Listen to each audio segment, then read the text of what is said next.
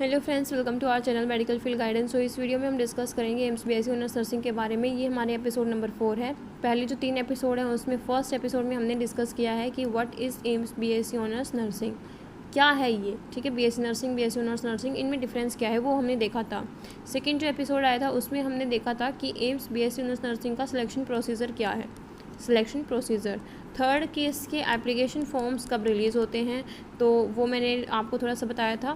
Fourth इसमें हम discuss करेंगे जो आज वाला रहेगा कि आपका पेपर पैटर्न कैसा रहेगा, आपका सीट्स कितनी है कंप्लीट एम्स में बीएससी नर्सिंग के लिए, और थोड़ा सा इसमें सीट स्टेटस के बारे में हो गया, आपका पैटर्न के बारे में हो गया, सिलेबस के बारे में हम देखेंगे, ठीक है। तो यहाँ पे अगर हम देखें फर्स्ट पॉइंट है कि इसमें सीट कितनी है।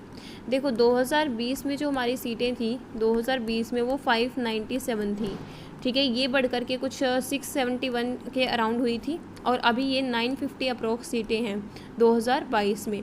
तो बहुत सारे बच्चों का डाउट होगा कि क्या थी 2023 में सीटें बढ़ सकती हैं, तो ऑब्वियसली येस, सीटें बढ़ सकती हैं, ठीक है। अभी इतनी सीटें अराउंड हैं, ठीक है, एक्यूरेट नहीं है बट हाँ अराउंड इतनी सीटें आपको मिल जाएंगी। सेकेंडली अगर बात करें पेपर पैटर्न के बारे में, तो एम्स बीएससी नर्सिंग का जो पेपर लेवल रहता है, पेपर लेवल आपका जैसे देखो नीट में होता है ना कि 50 में से 30 क्वेश्चन आपके इजी होते हैं फिजिक्स में, और 20 क्वेश्चन थोड़े से ट्रिकी होते हैं। तो इसी तरीके से 30 क्वेश्चन यहाँ पे आते हैं, तो 30 में से फिजिक्स में 20 क्वेश्चन आपको आसान मिलेंगे, लेकिन 10 क्वेश्चन आपको ट्रिकी ही मिलेंगे, ठीक है। यहाँ पे अब हम बात करेंगे कि पेपर पैटर्न कैसा रहता है। आपका पीसीबी सेक्शन होते हैं और साथ में एक होता है जीके सेक्शन। पीसीबी से आपके 30 क्वेश्चन आते हैं, यानी कि 90 क्वेश्चन आते हैं, और यहाँ से 10 क्वेश्चन रहते हैं। एक क्वेश्चन 1 मार्क का हो गया, तो टोटल कितने मार्क का पेपर हो गया आपका 100।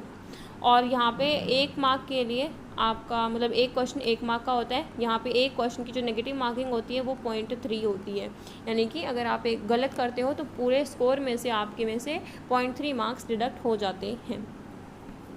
थर्ड पॉइंट अगर हम देखें तो इसके सिलेबस के बारे में बात करेंगे। सिलेबस में बेसिकली कुछ नहीं है। सिलेबस में आपका 11th एंड 12th में जो भी आता है एनसीईआरटी में पीसीबी, तो वो सारा आएगा, ठीक है। ऐसा नहीं कि नीट में अर्थफॉर्म या फ्रोग नहीं आता तो वो नहीं आएगा, यहाँ सारा आता है। नीट में जैसे कम्युनिकेशन नहीं आता तो वो नहीं आएगा, यहाँ सब कुछ आता है जो एनसीईआरटी में मैंशन होता है, ठीक है।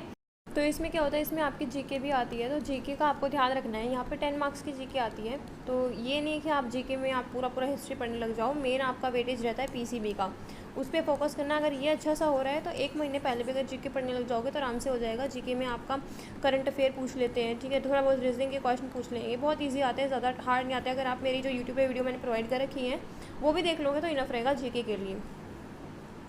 अगेन थोड़ा सा डिस्कस कर लेते हैं कोर्स के बारे में। अगर आप थोड़ा सा चाहते हो कि नहीं हमें एम्स ओरिएंटेड पढ़ाई करनी है बीएससी नर्सिंग के रिगार्डिंग, तो आप हमारा कोर्स ज्वाइन कर सकते हो। बेसिकली आपके 3 टीचर्स रहेंगे पीसीबी के लिए, तीनों अलग अलग होंगे हर एक सब्जेक्ट के लिए, वो आपको यहाँ पे टीच करेंगे, ठीक है। यहाँ पे 2021 की बात करें हमारे 97 बच्चों का सिलेक्शन हुआ है, 2022 में 132 बच्चों का सिलेक्शन हुआ है। हमारा टारगेट अभी ये है कि हमारे बैच में जो भी स्टूडेंट इनरोल कर रहे हैं उसमें हर एक स्टूडेंट सेलेक्ट हो, एटलीस्ट 100 में से 80+ स्टूडेंट सेलेक्ट हों, क्योंकि देखो क्वालिटी मैटर करती है हमारे लिए भी। अगर ये ऐसा होगा कि यहाँ 100 में से 80 बच्चों का सिलेक्शन हो रहा है तो बहुत ज़्यादा बच्चे आएंगे ना, तो हमें भी वही चीज़ करनी है।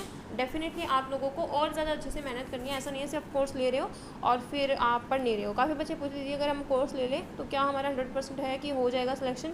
अगर आप पढ़ोगे ही नहीं तो कहाँ से होगा।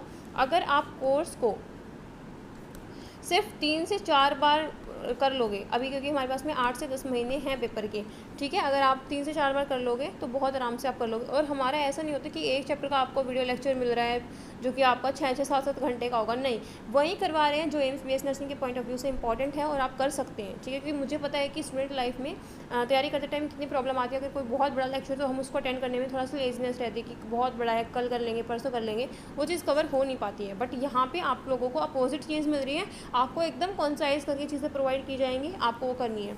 अभी धीरे धीरे हम क्या कर रहे हैं, जैसे अभी मैं हैंड नोट्स मैंने बोला था कि मैं प्रोवाइड करूँगी, बट मैंने अभी करे नहीं है, 2 महीने हो गए कोर्स को शुरू हुए। तो हैंड नोट्स का अभी अक्टूबर मंथ के बाद से मैं आपको प्रोवाइड करने शुरू कर दूँगी।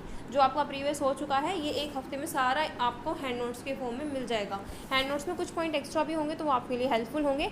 आपको साथ साथ माइंड मैप प्रोवाइड किए जाएंगे, ठीक है।